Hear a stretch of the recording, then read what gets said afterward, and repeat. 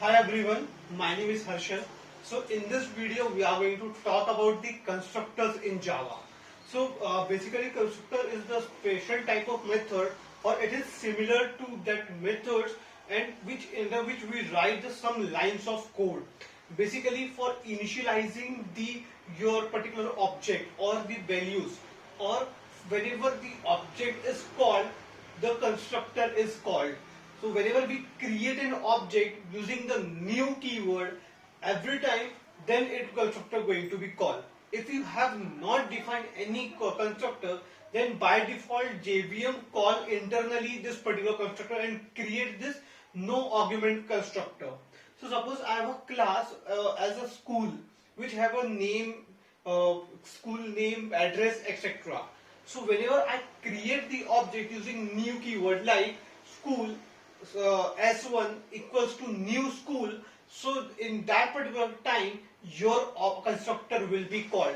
As in this parenthesis I have not passed any values, so normal default constructor will be called.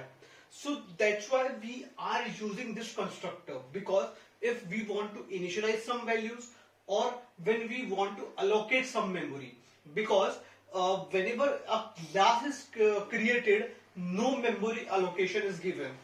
When you create the object of that particular class, then only you will get the memory allocation. And whenever the object is created, by default JVM internally call this particular constructors.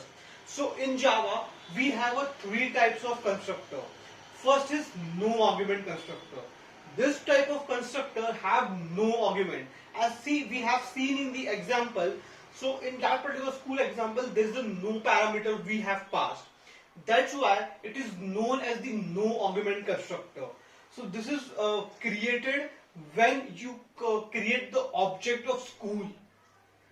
Now second one is your all argument constructor. Suppose I have a class name as box which have length, height and breadth, and I have created the constructor name as box, in which I have given three parameters: int height, int length and then int width.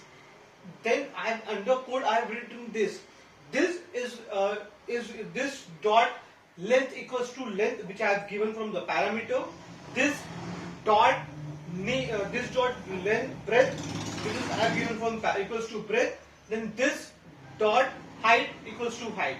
So this keyword is used for pointing that this is the current object, or to initialize the instance variable. What we have declared, this value which is coming from the parameters will be given to particularly your instance variable.